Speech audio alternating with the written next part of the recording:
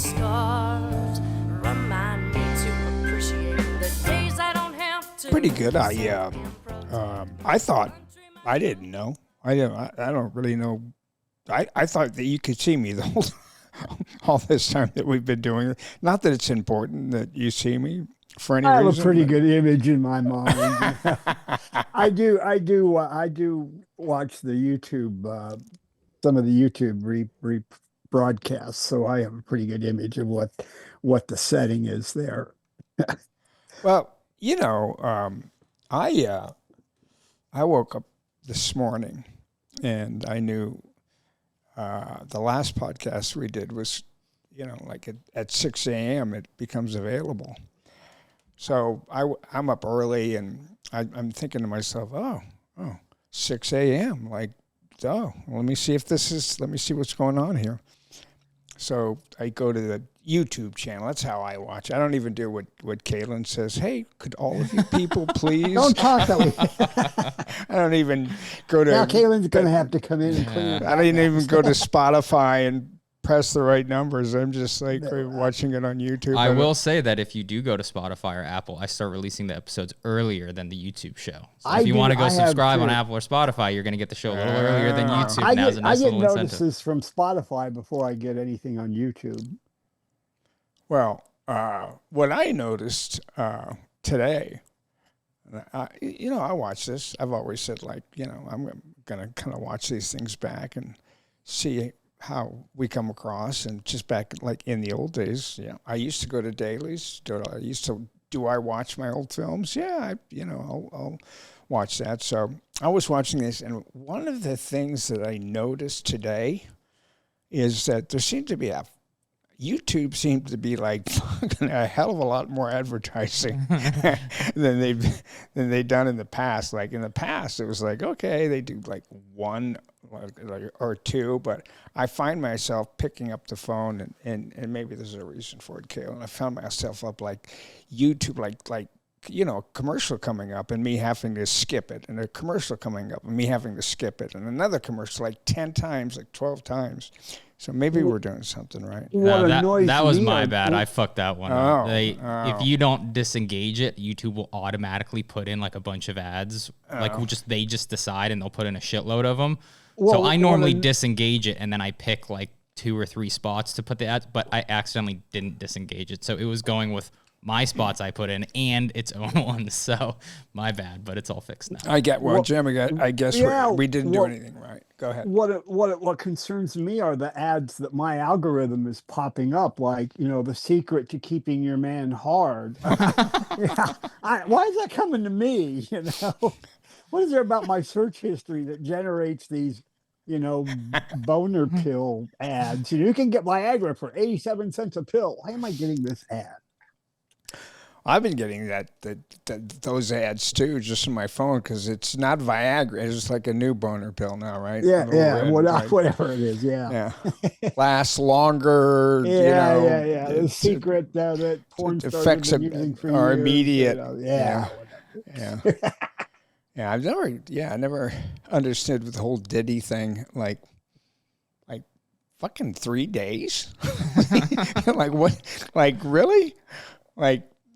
She's having sex for 3 days and he's watching and doing his fucking pleasuring himself like for 3 days. I mean, like, anyway, that's some crazy ass shit. It's funny because, not funny, but I I called Jim up recently, yesterday. I think it was yesterday, or the day before. Yeah. I called Jim up yesterday just to let him know that we were going to be doing the podcast now at 11. And told him that I thought that I would maybe talk a little bit about The Rock, because I hadn't really spoken that much about The Rock. And Jim started talking about this, and we started talking about Jerry Bruckheimer, and then then that led to something else, and pretty soon we were on to a movie called Thief that Jimmy Kahn was starring in. And, we were just like completely. So last night, Jim, did you watch The Rock last night? I sure did. Yeah? I absolutely did. Okay. And I hadn't seen it since it was released. Well, and I had pretty much the same reaction. This is just a top-notch popcorn movie. Yeah. Really, really good quality. And I was struck by the similarity between three movies that came out at that time: The Rock, In the Line of Fire, and Under Siege, the pretty good Steven Seagal movie, with Tommy Lee Jones. They all deal with. You don't hear that very often. They all exactly. So that's why it stands out. It had a really good director behind it too. But they all deal with disgruntled former, special ops guys who have a grievance against the government, and they're going to do some big grandiose gesture. And they're all very, entertaining, successful movies. They all came out at around the same time. Well, I started, I got into the whole Michael Mann thing and Thief, and I remembered the movie Thief and really, really liking Thief. And it's very watchable. It holds up beautifully 45 years after it came out. I saw it again maybe 6 months ago. I could sit down, after we do this podcast and watch it again and be as charmed and enthralled by it as I was the first time I saw it. It holds up that well, I believe. Yeah, I watched it last night, and I just thought it was so good. I think Michael Mann was one of the first directors, and they probably were doing it back in the old days, but I think Michael Mann people acknowledge him for like always wetting down the streets. Yes. So you wet down all the streets, so all the lights that are coming at night, all the night shots. All the night exteriors, it's just rain. It's raining, and not only do you see the lights that are out in front of you, but see all the lights bouncing off the ground. And and you got that score, that musical score from Tangerine Dream. Yeah.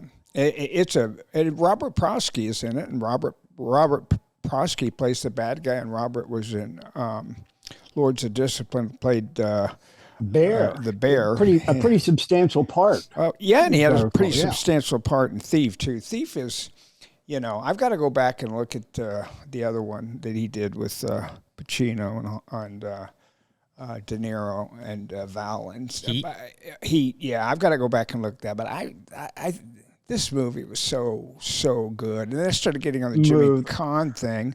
So then I watched that movie and I thought, like, Jimmy Caan. I just love Jimmy Caan. He was so good in that movie. I started watching a movie called Comes a Horseman. Are you familiar with that, Jim? It's very familiar. Yeah. Written by Dennis Linton Clark. He was a client of ours at ICM. Alan Pakula directed it. I didn't know Alan Pakula. I'd seen that like 15 years ago. I'd seen the movie, and I remembered really liking it. And I thought, I'll just watch this again. So credits come up, Alan Pakula. I'm like, oh, my God. I met twice, and I had lunch with one time, and he's just the nicest guy in the world. Oh, smart guy. He produced before he started directing. He was one of the few people who made a really smooth transition from producing to directing, and he produced To Kill a Mockingbird. Yeah. Way back when. And then, came along and directing toward the end of the 60s. Yeah. He directed a really kind of interesting Warren Beatty movie called The Parallax View. Have you ever seen that? Yeah, I could never understand that, Jim.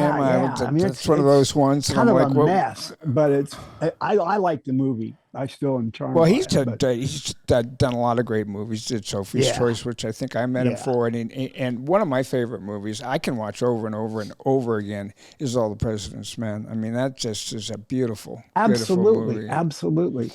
But so I thought that maybe I would talk a little bit about The Rock, just because it's it's Michael Bay. Michael Bay had done Bad Boys, and there was an interesting process, and I talked to you about it a little bit yesterday, Jim. But Michael Bay had done Bad Boys, and I think the way that I remember hearing about it was that Jerry Bruckheimer saw that.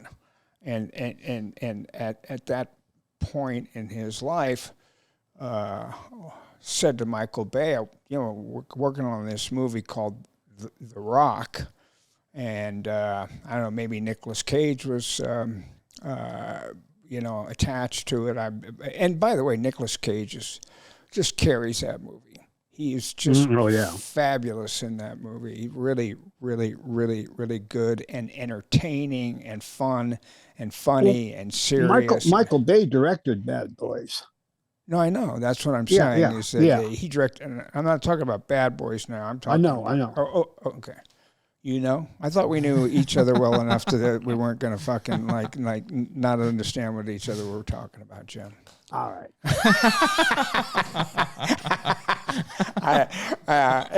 So anyway, so I think that Jerry Bruckheimer, said to Michael Bay after he saw Bad Boys, John, I'm working on this movie called The Rock, and we don't really have a real complete script, but really like you to do it. And I think, I'm not mistaken, I think that Michael Bay was a little bit hesitant because there wasn't a real script. And this is certainly before I got involved. I got called in and just got offered that role in that movie. And I went and met Jerry and Michael, and just went over. Was down.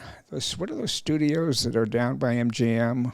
Kind of like in that Culver City. Culver City. Studios? I think it was down there. Yeah. I had a little meeting with him. Yeah, we like you to play this role, and we offered this. Like it's probably after the deal had gone through or whatever. And it's really all I can. One of the things that I remember about the meeting was, and I don't know what I had done before, because I've been through my phone and I've been through like all the movies that I've done, and I really didn't drink, like seriously on only just a few actually. Well, one I had like a disaster on, and maybe it had to do with booze. I mean, I was drinking, but my life was kind of falling apart in different directions. And but anyway, Jerry said to me, like, let's slow down on the booze on this one, Michael. And I said, no, don't worry, I'm good. I'm definitely good, and I was. I certainly. I can handle it. Yeah. Well, I just, and I've said before, whenever I've worked on something like really good, and anyway, so yeah. But I remember that, and then the next part of the process on that movie was that it was cast, and it's not only Ed Harris and 007, Sean Connery, it is. Got a bunch of really good Marines, a bunch of really David Morris. I recognize from a number of movies. The CIA guy. Like, there's a lot of really, really big cast. Top cast. Yeah. Even in smaller secondary roles. Do you have the cast? Yeah, Tony Todd's John great. McGinley. John McGinley's great. Keep going. David Morse. David Morse, of course. Yeah. Well, he doesn't play one of the Marines, but William Forsythe. And William Forsythe. Oh yeah, he's got a big role. Yeah, Forsythe's great. And then so it's very good. In so I think that that was the idea, that he was kind of surround Michael Bay with all these good actors. And the next thing that I knew, we were all up in San Francisco, and can you check to see who Gail Hurd is married to right now? Jonathan Hemsley. Thank you. Do you know? Good for you, Jim. What do you know his credits, Jim, as a writer? Well, at the moment, no. I know that he did substantial work on that, enough work on the script that Michael Bay went to bat for him to try to get a credit, but he didn't get a credit in the WGA arbitration process. And Michael Bay was really public about his disagreement with that, saying that Hemsley contributed substantially to that script. And people like Quentin Tarantino, Aaron Sorkin, a number of other writers had a hand in putting that together. Yeah, it looks like he has an uncredited writing works on his Wikipedia page. It's not in his filmography, but it says uncredited. But what is it? Rock. You know, he directed one of the big franchises, The Punisher, and that looked like that had some studio involvement with it, and was a little bit uneven, and I think that was a kind of his big break, and I'm not sure that really did extremely well, but I got to know him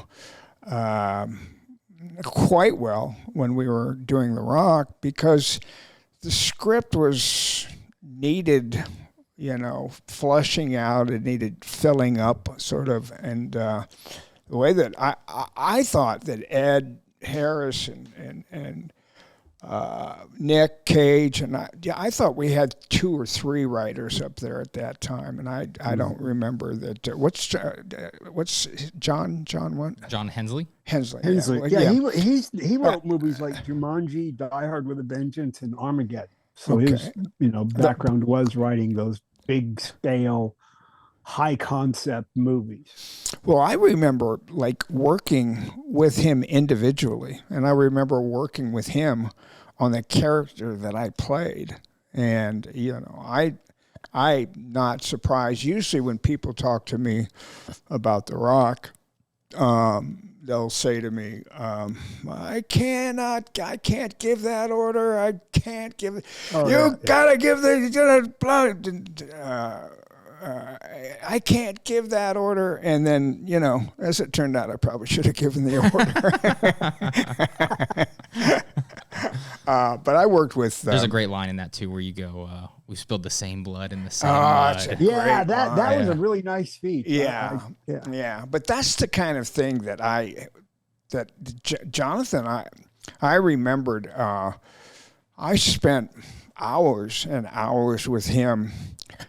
And he was writing. I wasn't, but I was certainly contributing to the character, and he could have written that line. That is a great line, and it's one of the few times.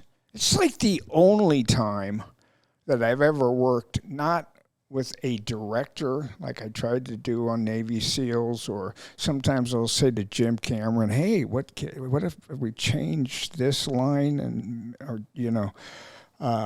They actually brought in a writer to kind of flesh out my character, and that was Jonathan, and I really liked him. I really, really liked him a lot. He was a really, really nice guy, and I thought he really helped. And I didn't know the whole thing with Michael Bay and him wanting him to have a credit on it, but in the Wikipedia article, it says Michael Bay wrote an open letter of protest in which he criticized the arbitration procedure as a sham and a travesty. He said Hensley had worked closely with him and should have received screen credit. There were 5 other writers, in addition to the ones we've already mentioned, who had a hand in writing this thing. So it was really screenplay by committee. Okay. And it's one of those situations. A lot of times, screenplay by committee means that one writer did it, and then a pair of writers took it up. Sometimes, though, you get these rare circumstances where you actually have a group of writers working on the project at the same time, and that's kind of what sounds like was happening here. And that can lead to Didn't chaos. you say, Jim, that's a little bit like the writer's room for episodic television? It's more like how a series like Breaking Bad evolves from a writer's room. Yeah. Writing by conference. Yes. And this movie, had those earmarks. Yeah. Because Sean Connery brought in his own team of writers to beef up his stuff. Well, there's a great Sean Connery line in that movie, too. Which is? A couple of them, He goes, losers always whine about their best. Winners go home and fuck the prom queen. And then it turns to Nick Cage and he goes, Carla was the prom queen. I heard that line and I thought, oh, that's a meme. I've seen that line quoted. It's a classic. Yeah, he was they told me, Jerry, I think that was somewhere along the line, I got the feeling that you might need to tiptoe around him a little bit. That he was described a little bit like a bear, and but I got along with him really well, and I never saw anything other than a true professional. Him in his prime, him after he'd done everything that he had already done, and just being like cool as hell. And I think, and maybe I'm mixing this up with a story that I heard, but I think that he used to go out. I think there was a time that he was a big golfer, and I think there was a time that we were shooting, and he had a certain time that he came in. He had makeup on, and he could get his makeup and wardrobe and stuff like that, and he knew he was coming into like a somewhat tight shot or something like that. And he came in and put the shirt on, put the makeup on, and he went and he did the shot, but he still had on his golf pants and his golf shoes. And, I think he kind of took pride in the fact that he was like, that still dressed for the course. And maybe he just did that one shot and changed his shirt and went back out. I forgot, but for some reason we were in the makeup chairs a lot together, and I always liked him. And I remember asking him, because what we were doing, it wasn't real physical, but it was kind of physical. But I asked him what was the most physical movie that he'd ever worked on, and he thought about it, not for very long, and he said, The Hill. Are you familiar with that movie, Jim? Yeah, I am. Yeah, and so I can understand. I mean, they shot it in a desert. It takes place in North Africa in a prison camp during World War II. And I can understand how that might have been a really grueling shoot. And basically, it's all these military guys, they all got backpacks on and stuff. And every time they do something wrong, they'd have to run up and down this hill 10 times or 15 times. And it's punishment. Yes. I guess the actors it's a pretty good movie. It's one of those older movies that I think holds up. Sidney Lumet? Is Sidney Lumet direct that? Oh my he did. God! We got to spend like 2 or 3 podcasts just talking about Sidney Lumet, because Sidney Lumet is just. I can't think of another director that has got. His last movie was fabulous. What? Before the Devil Knows You're Dead. Oh, he made that when he was close to, I don't know if Philip Seymour Hoffman. I mean, what a searing, brutal movie that is. And that was the last movie he made. Wow. And put all the other stuff he did. Oh my God. So. Yeah, no, he was. Well, we'll get back to. Yeah, we'll get back to him. I'll just go through some of the rock stuff that. One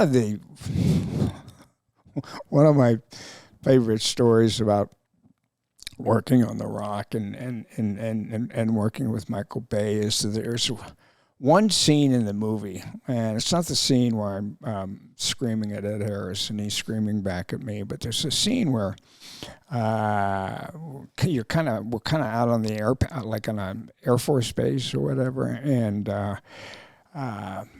this car pulls up, or van pulls up, sort of a military van pulls up, and we all pile, I think we're Navy, we play Navy SEALs in that, and the Navy SEALs pile out of this van, and I get out and I give this sort of, speech. This is what we're going to do, and this is how we're going to do it, and this is who I am, and you listen to me, and blah, blah, blah. And it was a pretty big production shot.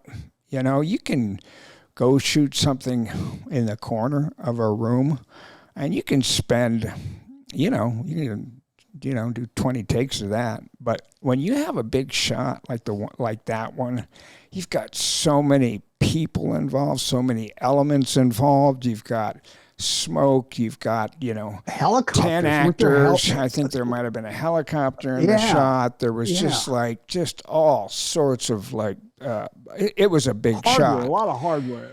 Yeah, a lot of hardware. And it's like a pep talk to go into action. Yeah. To assemble that shot or to redo that shot, okay, so we do the shot. All right, if we wanted to do a take 2 of it, it's going to take him 30 minutes at least, maybe 40 minutes to just reset everything from wardrobe to helicopters to like all this sort of stuff.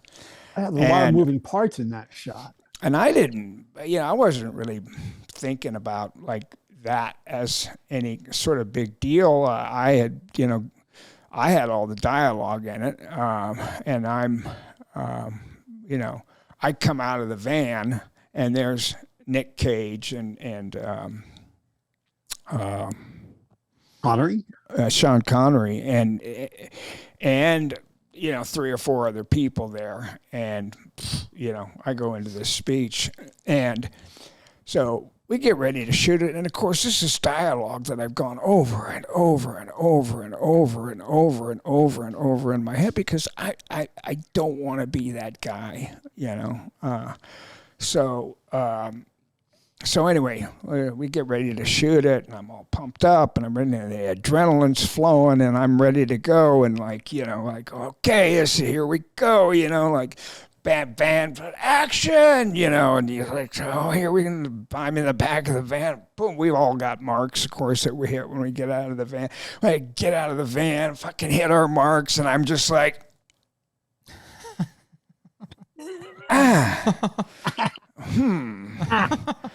what was I supposed to say here? Like, it was like the worst time in my life that had happened in a shot in front of fucking Sean Connery and Nicolas Cage and all my Navy SEALs guys who are with me. And I'm just like it's just like a blank slate. And I'm just looking like what the fuck, And that goes on for, 5 or 10, maybe 7 seconds, 8 seconds, And I start looking up, and all of a sudden, I hear Michael Bay say, "All right, men, the purpose for us being here is," and I'm like, "All right, man, the purpose of us being here is," and then I was completely blank again, We're going to get on a plane and we're going to fly over to the Rock, and this is, and then there's Michael Bay. He either knew the dialogue or was sitting next to somebody who had the script. And that entire scene, which we shot in one take, of course, because he didn't want to turn around and redo it, that entire scene, he was spoon feeding me every single line of that scene, and it was like embarrassing, and that kind of stuff, I guess, happens. But that was the worst, as far as it being a big production shot, as far as us having to do it again, as far as it being an A movie with people like Sean Connery and Nicolas Cage, and just like everything that I was like, I didn't know any of it. I didn't know a word of it, And of course I'd known it. I'd done it over and over and over and over and over in my head. But knowing that story, I was watching for that scene. Oh yeah, you watched it last night, right? Yeah. So I'm watching for it, and I have to say, man, he cut it together beautifully. You can't tell you were panicked. You, as they say, went up on your line. No, I know. You can't tell, man. I know. He got it. He made it work. Well, he fixed it. Post. Thank you. Yeah, thank you, Michael Bay. Thank you for making me look good, because I have seen it since too. And of course, when I saw the movie originally, one of the things that I was worried about was that little sequence, and it works fine. It works great, and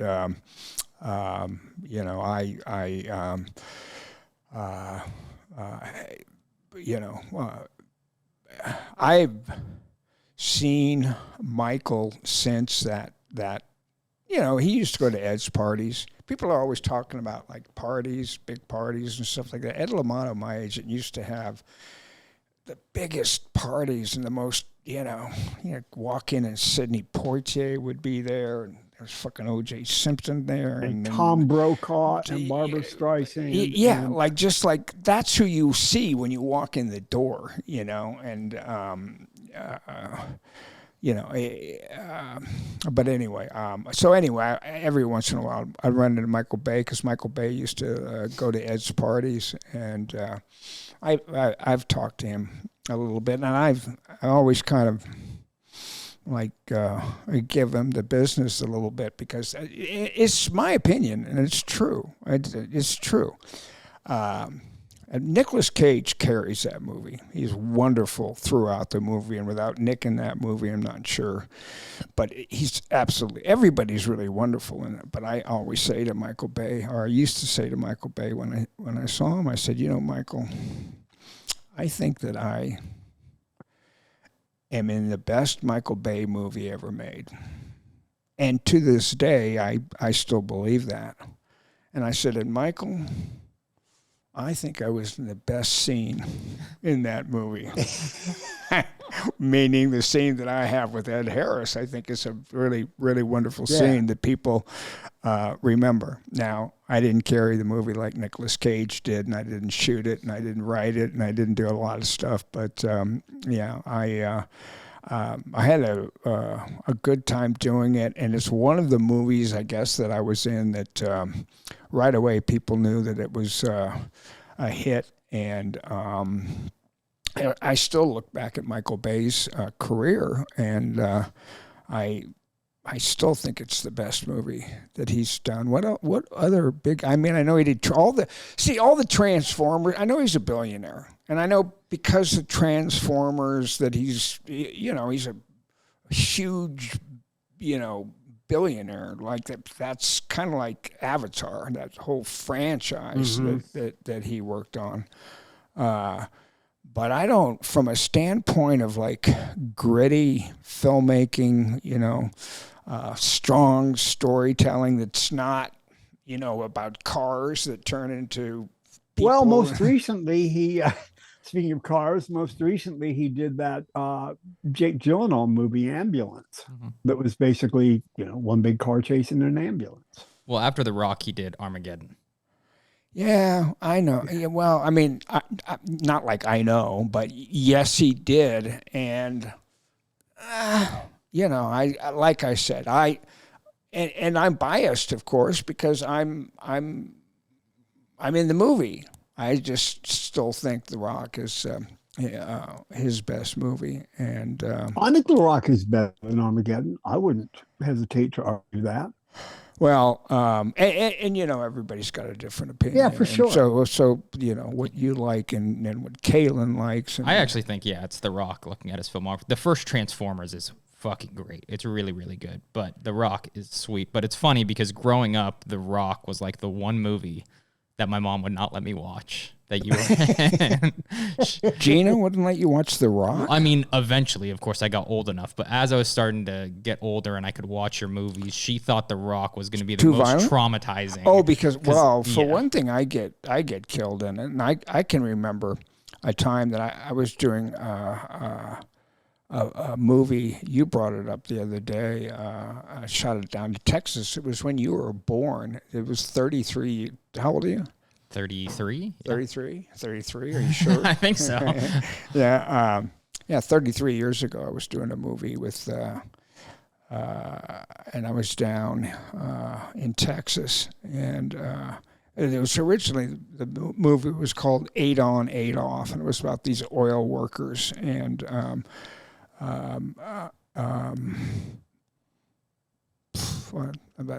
I've forgotten why I'm even bringing that up. I mean, I just talked about Gina not letting me watch The Rock because it was too violent. Well, that was a movie that I did, and I played the bad guy in it. And you mentioned it the other day because that Jason, not Jason Priestley.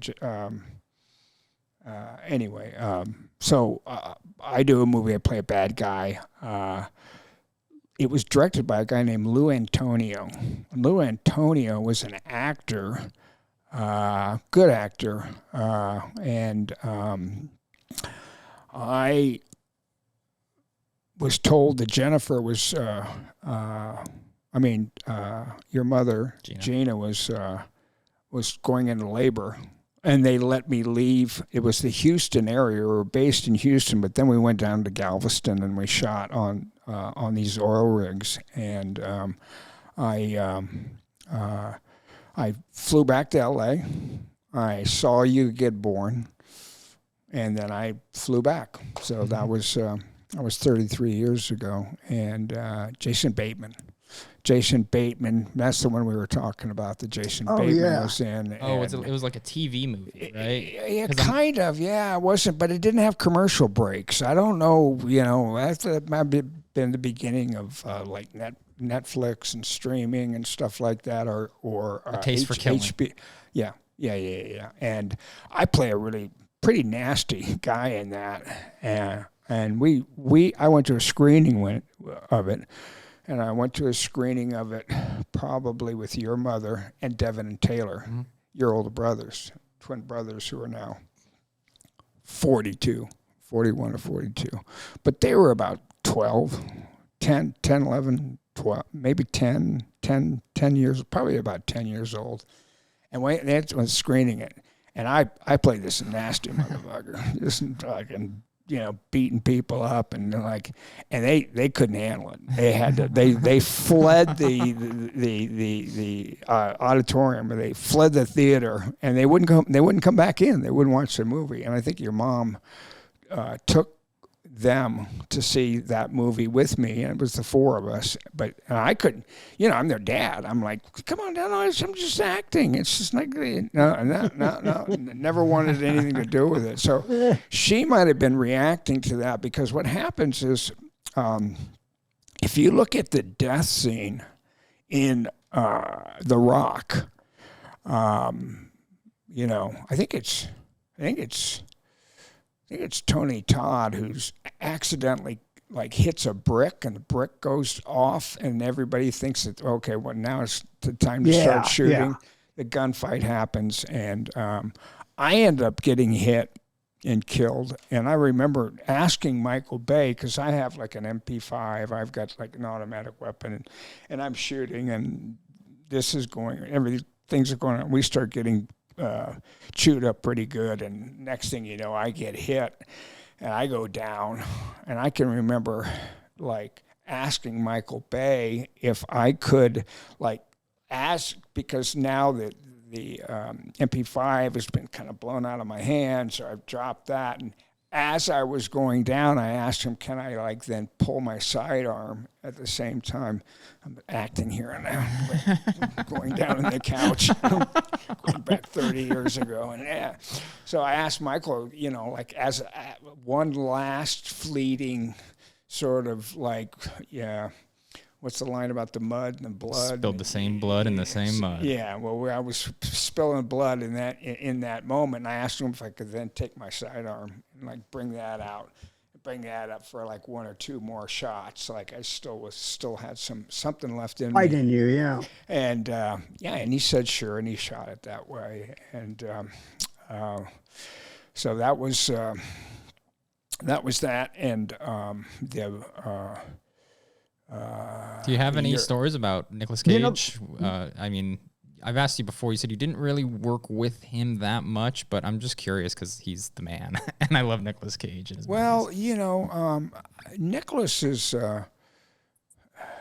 I've worked on 2 sets with him, and I didn't really have anything to do with him on The Rock, and I didn't have that much to do with him on the movie that his brother directed that we were talking about. Don't say it. Yeah, Deadfall. I didn't really get to work with them. So usually when you're working with an actor, you're like, hey, how you want to play? I'm going to drop this line. Hey, I'll cut in first. Let me. And it's part of the fun of acting is working with other actors and bouncing ideas off of them back and forth.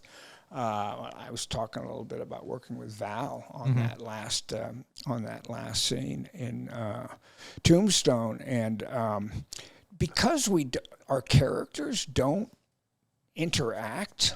Yeah. I don't have the same relationship that I do with somebody like Powers Booth, where we're in the scenes together, or Stephen Lang, or John Corbett, or Jason Priestley, who played the sissy boy, we called him in the movie. Right.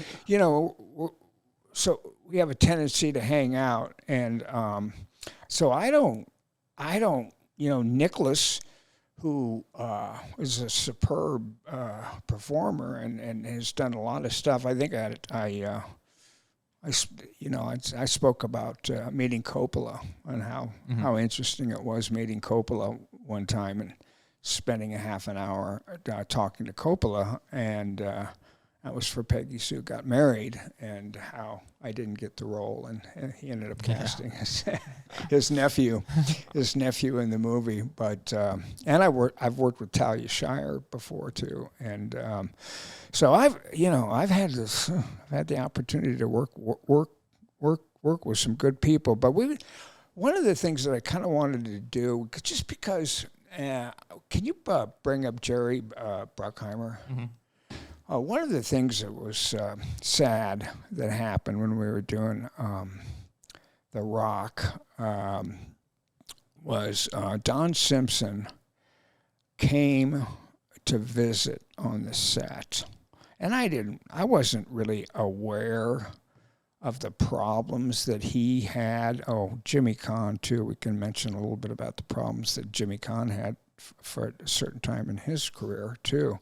But I wasn't that aware of all the problems that he had with substance abuse, and I was on the set of The Rock, and Jerry.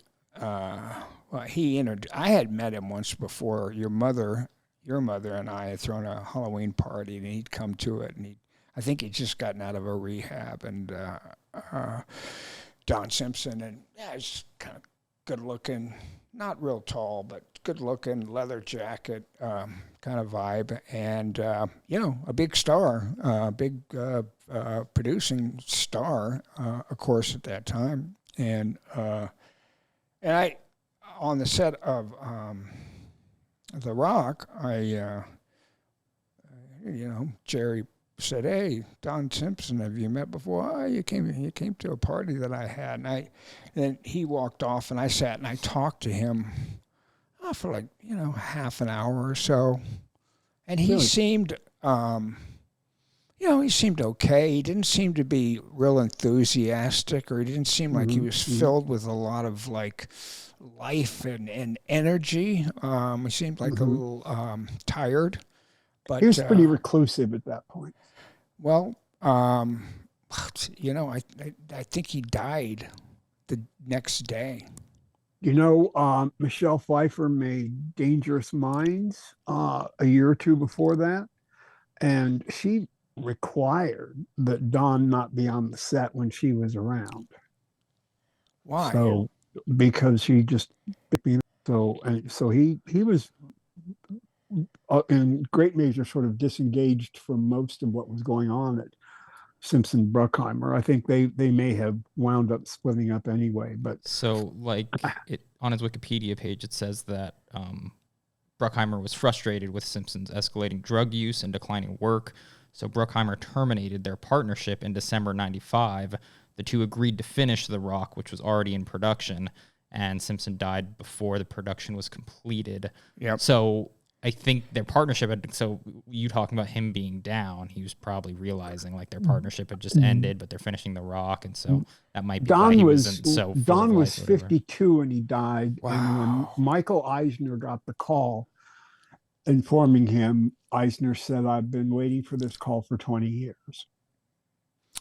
Well, didn't you tell me, Jim, and it's not really that, and didn't you, isn't there a coroner's report about the drugs that were his body was the most toxic of any autopsy in the history of California, the number of substances they found in him. It was a really, really tragic decline, because I was around Don quite a bit, maybe 15 years before he died, when he was still an executive at Paramount.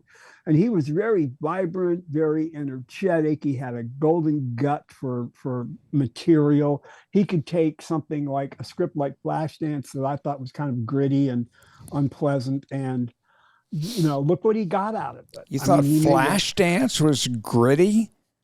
The script. Okay. The script is by Joe Esterhaus. It was about these, working girls in the Midwest who do these flash dances at bars and then go off to their jobs in steel plants. Well, and Don took that premise and made a video out of it. Made a MTV video. Oh, I think I'm getting that mixed up with Footloose. Who's 5 Degrees of Separation? What's it? Kevin Bacon. Kevin Bacon. What's the Flashdance was the what a feeling, Yeah, but what was Kevin Bacon? What was that dance movie? That was that was Footloose. Flashdance. Okay, right. That was another Paramount movie that I sort of worked on, but yeah. So at the time of his death, there were 21 different drugs in Don Simpson's system, including antidepressants, stimulants, sedatives, and tranquilizers. He had been obtaining large quantities of prescription drugs from 15 different doctors, and police found 2,200 prescription pills lined up in alphabetical order in his bedroom closet. Don had a compound up near the Beverly Hills or the Bel Air Hotel, and he had a doctor who was going to try to help him, get off drugs, move in with him, and lived in the pool house. That doctor died of a drug overdose 6 months before Don did. So clearly that plan didn't work. Go back to Bruckheimer and look at his movies. If you look at a picture of Eddie Murphy in Beverly Hills Cop, he'll be wearing a T-shirt that says Mumford. Mumford is a high school in Detroit where Jerry Bruckheimer went to school. That's his high school. And Jerry, did you know you and Jerry went to the same college? Yeah, I just saw that in the last 48 hours that, well, he actually graduated. Yeah, he stuck around a lot longer than a semester,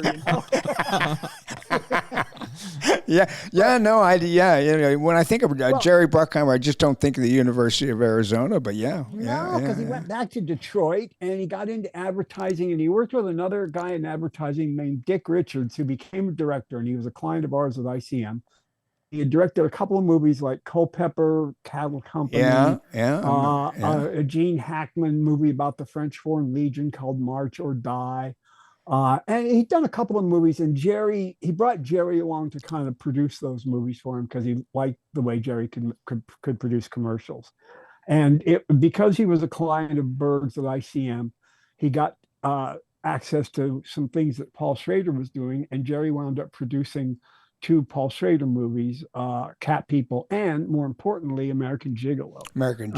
Which was and I know Schrader credits Jerry's contributions to making that movie as impactful as it was, and that movie was a Paramount movie, and Don and Jerry had known each other as friends before, but in that capacity, working on that movie where Don was the studio executive and Jerry was the producer, and that sort of was the foundation of what would become their working relationship as producing partners. And as producing partners, they had an incredible run at Paramount and continued it in large measure into Disney. And then Jerry just extended it into the stratosphere after Don's death. So well, I used to know Richard Gere a little bit because when I signed with Ed L'Amato kind of he used to pop from ICM to William Morris to ICM. You never knew like what year it was, which agency of those between those two he was going to be at. But I originally met him. I originally signed with William Morris, but he was at ICM, and I remember him taking kind of an interest in me. And even though I signed with William Morris, he had been ICM, but he handled the person that he handled that was a star. And this is before I signed with him, was Richard Gere. And Richard Gere, God, I mean, you talk about a movie star. But Ed came to ICM the same time I did, but he had already been with ICM in New York. He relocated to Los Angeles at the same time I went into the mailroom. But he only had one client when he arrived there, and that was Richard Gere. Yeah, and Richard was really hot coming off of Looking for Mr. Goodbar. Oh yeah, Looking for Mr. Goodbar. Tom Berenger. He sizzled in that movie, and suddenly he was very much in demand. And that guy used to always be that director, gay. And he made that weird Terry Malick movie, Days of Heaven.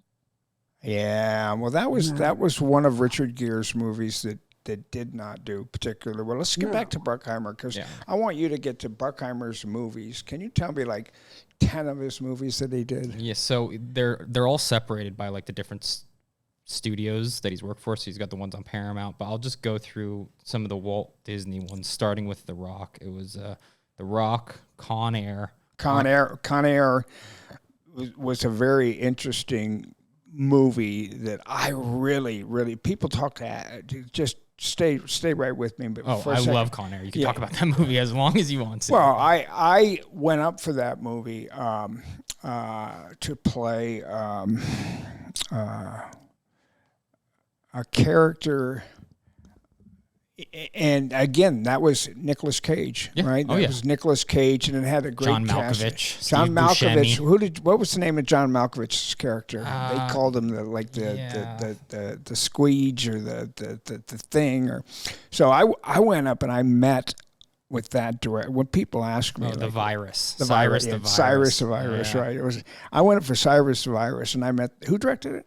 That was Simon West. Okay, so I went up. I met Simon West like 2 or 3 times on that to play Cyrus the Virus, and I wanted to play that role so badly. I absolutely loved that role, and it ended up going to John Malkovich, and sometimes when you get beat, or you're up for a part and somebody else gets the part, you're like, fuck that shit, like, motherfucker. But John Malkovich, they cast John Malkovich instead of you. He's just like, oh, okay, all right. Just take that out. Understand that, but that was. I've gone back though, and looked at that movie. I looked at that movie about a year ago or so. And it seems to me that they might have spent like a lot of money on cast, because some of the production value in that movie, some of the backgrounds and the houses and the cars and stuff didn't look quite as have you seen that movie, Jim? It didn't look like a Michael Bay movie. What's that? Have you seen that movie?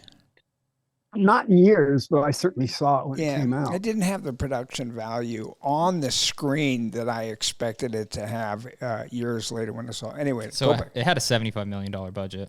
But again, you got Nicolas Cage, John Cusack, John Malkovich, Steve Buscemi, Ving Rhames. Yeah. Yes. Yeah. Okay. What else did he produce? So after Con Air was Armageddon, Enemy of the State, Coyote Ugly, Gone in 60 Seconds, Remember the Titans. Gone in 60 Seconds, that was Nicolas Cage. Boy, he worked a lot with Nicolas Cage. And that was Angelina Jolie. Mm-hmm. I believe that was after I had worked with her.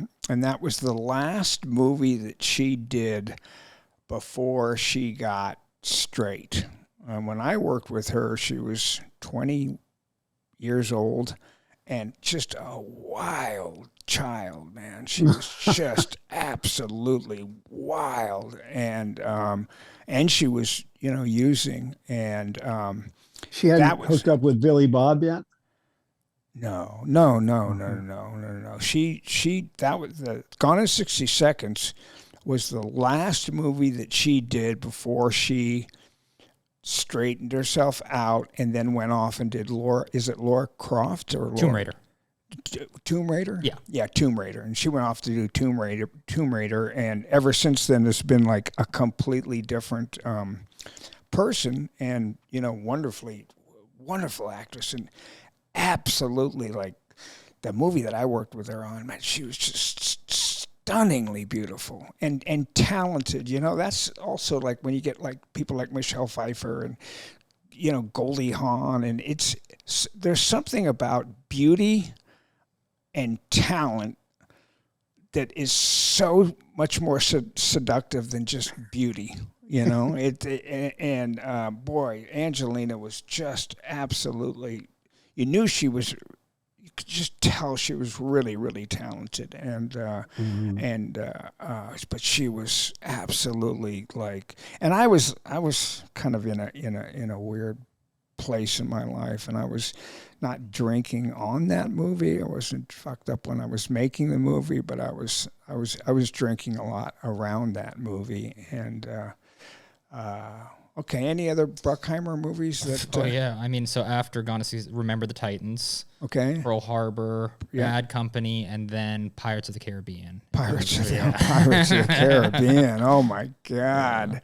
Wow, absolutely. And any others? I mean, what about television? I also just wanted to mention, like, after Pirates of the Caribbean was National Treasure, which Nick Cage again, which is a fantastic movie. Yeah. And then it's a lot of Pirates of the Caribbean's and National Treasure movies. But if you want me to move down to TV, did he do Lone Ranger? I don't know. Did he do Lone Ranger? Was the Johnny Depp Lone Ranger? Yeah, that's what I'm wondering. I don't know. I think that was a Bruckheimer. Yeah, he did. Okay. Well, that was one disaster, Jerry. Well, I guess we all have one in our back pocket that really just didn't seem to work very well. I think they spent quite a bit on that one, didn't they, Jim? That one. He only did 2 more movies for Walt Disney after the Lone Ranger, and that was because one of them was a Pirates of the Caribbean movie. And that's largely attributed to Lone Ranger too. I think that kind of cooled the relationship. Yeah. Well, he as I said to you before, that he asked me if I wanted to do some television. He was thinking about getting into television. So I'm just looking at his TV credits here, and the first big one in 2000 was CSI. Which ran from 2000 to 2015 year run. That one. Who was the star of that? That one was... That guy did that show, and then left the business. He was in the Friedkin movie. William Peterson? William Peterson. And he was in the Friedkin movie. He did that series, and I think that was kind of his. I think he brought that to Jerry. I think he brought that kind of idea of CSI and that whole thing. I think is he brought that to Jerry, and then they made that. And does Jerry have other big television? Oh yeah, so the next credit after that is The Amazing Race, which is still on today from 2001 to present. It's like a reality show, but it's still going. How much money do you think he's got, Jim? He's got to be a billionaire.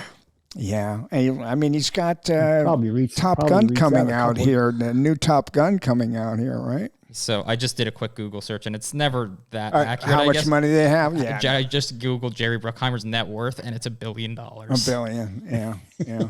Well, he deserves it. He earned it. So, and he's always like Jerry. Always just like I said before, he was just a real down to earth, smart, pleasant guy. You know, in my experience around him, and I wasn't around him a lot, but he was in Berg's office quite a bit when I was there. I was mentioning Jimmy Caan before, and Jimmy Caan was I just loved I loved the Pakula movie also, and I watched Thief. Then last night after I talked to you, Jim, and then I watched Comes a Horseman, and of course that's Jane Fonda and William Farnsworth. Is that his name? Yes. William Farnsworth, and that's That's a really, really interesting movie. Now, I didn't get to finish it, but it's set in Montana in the 1940s. yes. You know, anytime I see a Western that's got a car in it, I'm like, is that really a Western? Yeah. But it was an old-fashioned, car. But I don't think it was set in the 40s because the cars looked like it was, I'll bet you it was not set in the 40s. Could have been set. Oh, it was after I think it was after World War II. It's after World War II. You're right. You're absolutely right. I guess she just had an old car in it. And Jason Robards. He worked with Pakula a couple times because Jason Robards was just absolutely so fantastic in All the President's Men. Yeah, he plays Ben Bradley. Well, you know who he married, don't you? One of his wives. Lauren Bacall. Your favorite I don't co-star? wonder what that was all about, man. I'm talking. Because I think the story was that because he kind of reminded her of Bogey. Oh, he reminded her. Well, he used to drink a lot, so they had that in common. So, exactly. Yeah. Anyway, going back to James Caan, I think there was a time in James Caan's career that he was kind of unreliable as far as the studios went. Nobody was casting him anymore because I think there was I think it was the coke. I think that he got involved with coke. He was uninsurable. He had to really jump through hoops to get insurance. Right. And he would have to, submit to drug testing, etc. What was the name of the movie? And I want to say Gail Hurd was involved, but I could be wrong. But his comeback movie, which was kind of a ridiculous movie with some really weird makeup that he had on, like they were like aliens. Do you remember that, Jim? I think it was a Fox movie, and oh gosh, yeah. Well, I mean, he made Misery with. No. That was. I know. Misery I'm not thinking of Misery as the answer to your question, but I'm saying that was Alienation. Yeah. Alienation. Oh, That's the movie that he came back and I guess proved to the industry that he could straighten up and fly straight and that was a weird ass. It was. Now that you mention it, that's why I didn't remember it. It was produced by Gail. What's that? It was produced by Gail and Hurd. Gail did produce it. Oh wow. We gotta get Gail. I gotta call Gail and ask her if she come talk to us or us go to her and talk to her because she's had such a interesting career and boy she could tell you. I watched her. I watched her save a number of situations when we were doing the Terminator. One of the things was that the Teamsters, while we were in the middle of shooting the Terminator, right in the middle of it, Teamsters went on strike.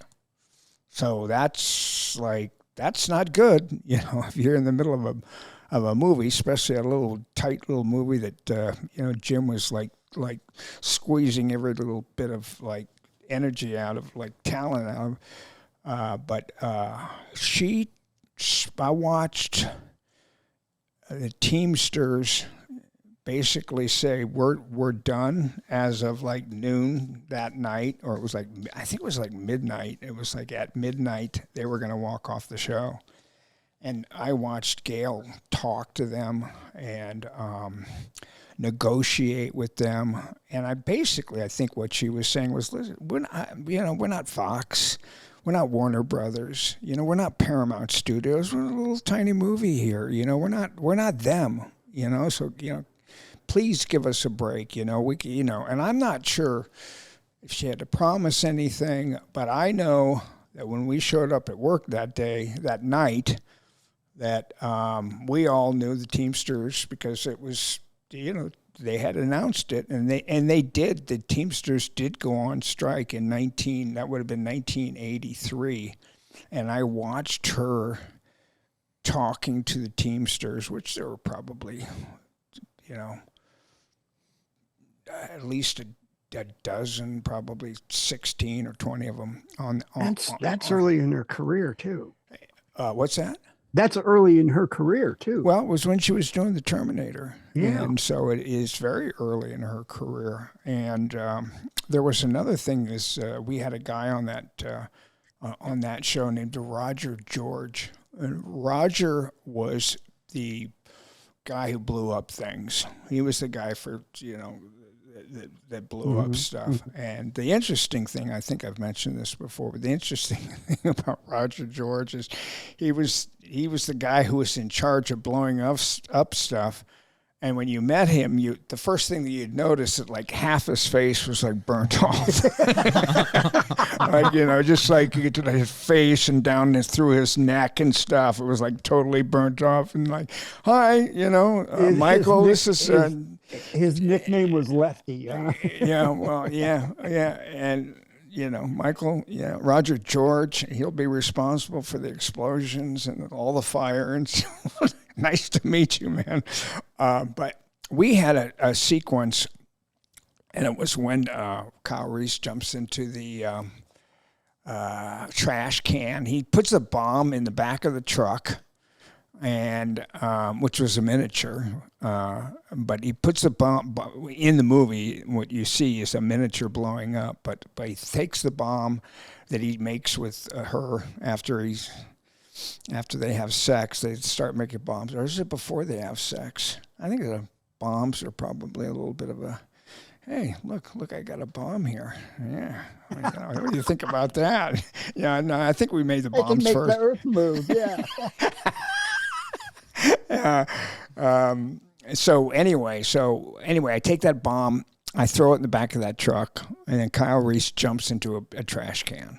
And I'm telling you, Roger George, had a reputation for being over the top, and whatever explosive he used was just like 10 times what they were expecting, and the entire neighborhood for miles in every direction, were all calling, and the police came, and they wanted to shut us down. They wanted to shut us down because of Roger George being over the top. And of course, Jim was probably thinking, I like that, And Jim was always just like more bombs, more blood, more action, more fighting, more love. Like it's just more.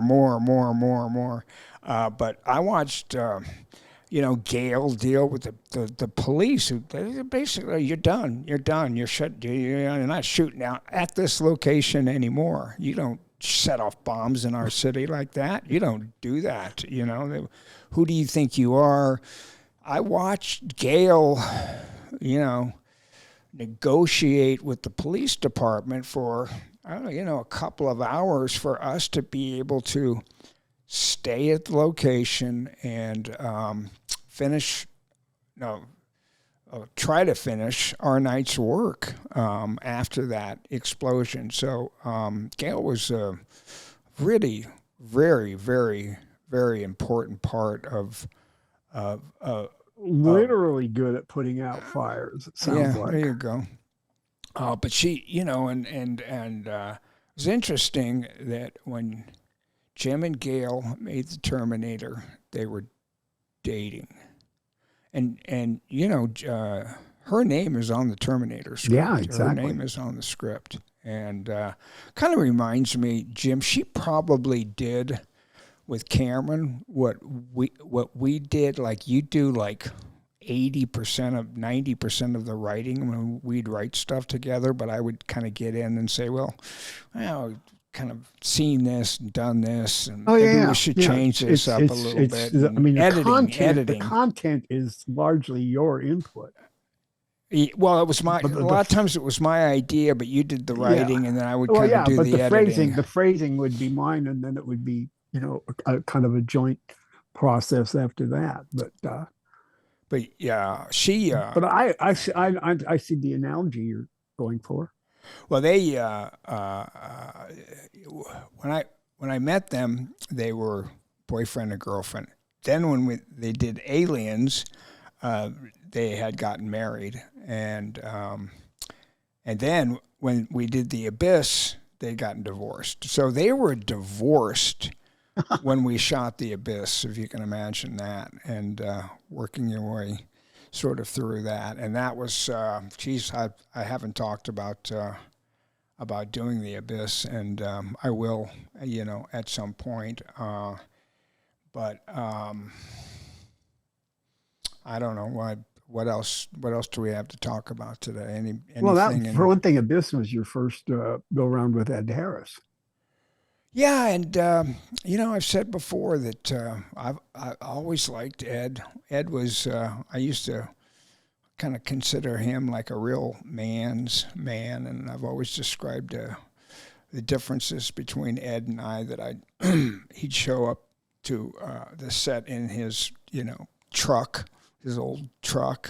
And I'd come in my Mercedes, and I was smoking Marlboro Whites, and he'd have the Camel no filters, and I'd go out jogging, and he'd be hitting the heavy bag. It was always just kind of a throwback, very nice.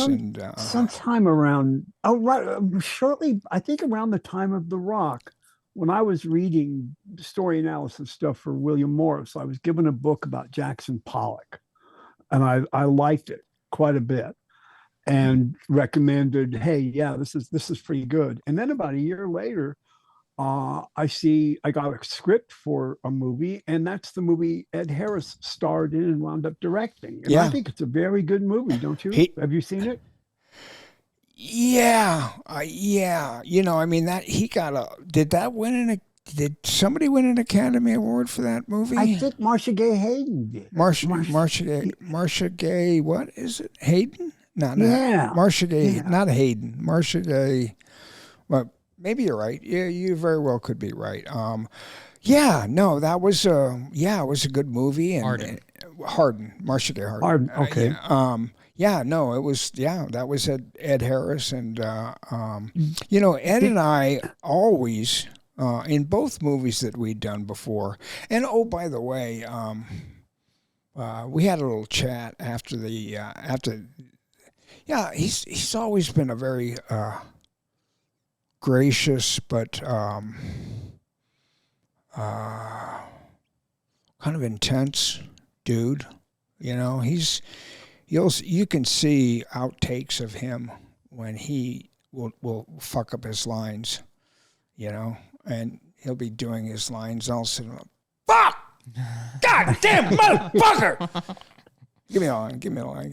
Well, we had Clifton Collins Clifton Jr. Collins on, and Clifton Collins talked about working with him, and I've seen some stuff on YouTube where there are outtakes of him like getting halfway through the line. Ah, damn it, motherfucker! Clifton, you got the.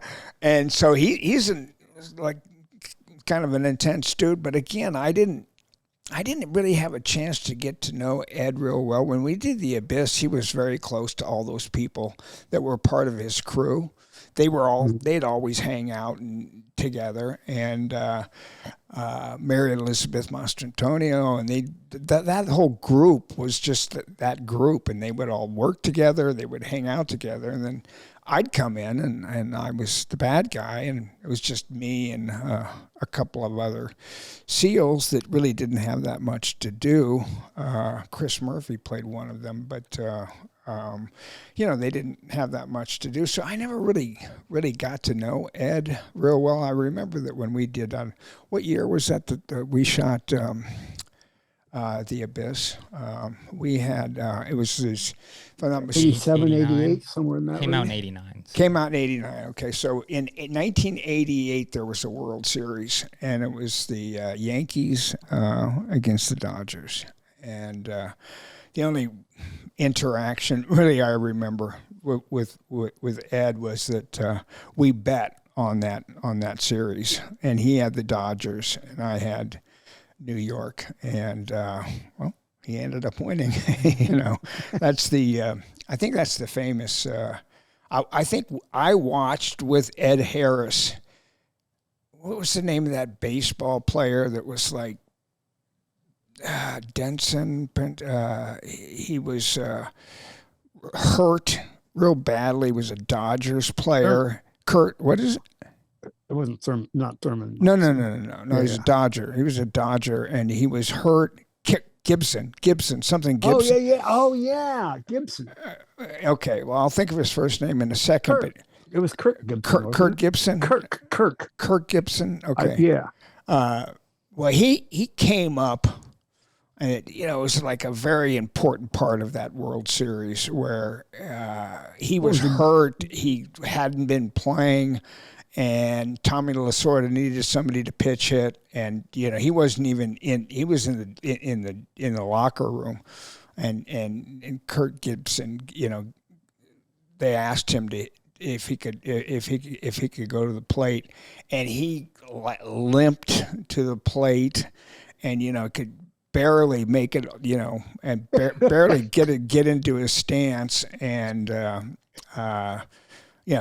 ends up hitting a home run, and you see it doesn't even look like he swung at the ball. I mean, he didn't. He was so lame that he almost just sort of like slapped at it, and it went over the fence. And the only way it could have worked out well for him was to hit a home run, because he never could have outrun. Yeah. I mean, he limped his way around the bases, and that. And as the ball is arcing toward because it kind of came close to the going foul, he's motioning for it, or kind of looking at it, like holding his pose, waiting for it to fall fair, and then he sort of limps off. So no, it's a classic moment. I think it was a game-winning.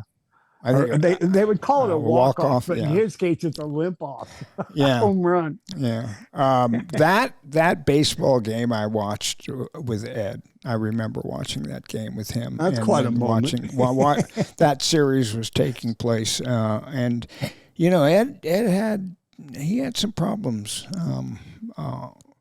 with Jim, and he certainly wasn't happy with the end result and the end of the movie, which I've talked before about Jim showing me a couple of cuts, his cut in the studios, what he wanted the studio to do with the end of the movie, and they ended up doing what the studio wanted to do. But anyway, listen, we're at about a minute 20. We're right around the time that we should probably wrap up. Is there anything else, Jim? I was just thinking of Ed Harris. He first came to light in The Right Stuff, playing John Glenn. Yes, much like Glenn. But I remember a movie he made in 1984, a Nick Nolte movie called Under Fire, about journalists in Nicaragua, and he shows up in two scenes where he plays an American mercenary. And he's howlingly funny in these scenes, in what is basically a dramatic movie. But he's howlingly funny in these things, and he really lights up the screen. And that's a movie I strongly recommend to anyone interested in him. He's always very good. And 48 hours ago, I watched, just because I hadn't seen it in a long time and I didn't remember it very well, I watched a movie called A Beautiful Mind, which is the Ron Howard movie, and won an Oscar, Best Picture, I believe, for Howard. Yeah, and Brian Grazer. Yeah, and he plays a character that is kind of fictionalized in the lead character's mind. I mean, he plays a character that's not even really there. Put it that way. Doesn't exist. And he's always been very good. It's a movie that he did where they're on the docks, and it has to do with fishing and fishing rights and the Asian community. That was a really good movie, and he's Alamo Bay. Is it called Alamo Bay? Is that what? Yeah. Louis Malle. I believe. Yeah. You can't really go wrong with Ed Harris. He also did a movie. Was it called The Sniper? Where with Joseph Fiennes, about the sniper in Stalingrad. Yes. Enemy at the Gates. Enemy of the Gates. That's a terrific movie. Who directed that one? That was Jean-Jacques Annaud. Oh, Jean-Jacques Annaud. Yeah. Jean-Jacques Annaud did Quest for Fire. Yeah. Yeah. I went up. You've seen the movie then, right, Michael? Quest for Fire or no. Enemy at the Gate. Yeah. Well, I'm not sure if I've seen it from beginning to end. I only saw it once, but I just remember being captivated by it. It's Ed Harris and Jude Law. and Joseph Fiennes. And Joseph Fiennes. Mm-hmm. Yes. Joseph Fiennes, Jude Law, Rachel Weisz. Okay, so this is after he did Schindler's List. Right after he did Schindler's List, Joseph Fiennes. We're talking No, about. that was Ray Fiennes. Ray Fiennes. Is Joseph Fiennes related to Ray Fiennes? Yes, No. yes. Yeah, They are? They're brothers. They're brothers. Joseph Fiennes? What did Joseph Fiennes do? Now, I didn't even know that. Here I am, like all the Ray Fiennes. Of course, I know him, but what did Joseph Fiennes do? First big credit was Shakespeare in Love. Oh, right. Okay. All right. I always thought they were the same guy. That guy's got a really good career, man. That works a lot, yeah. So that was Jean Jacquinot movie, right? Yeah.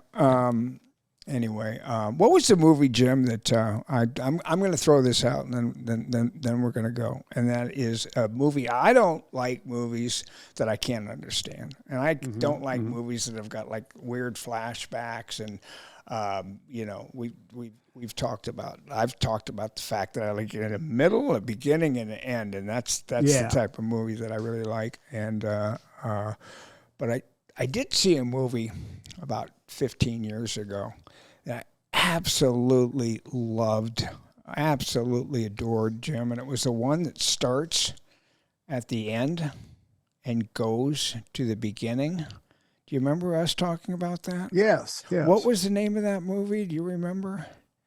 It's the word irreversible. Irreversible. In French. So you would need some of the accents in certain places.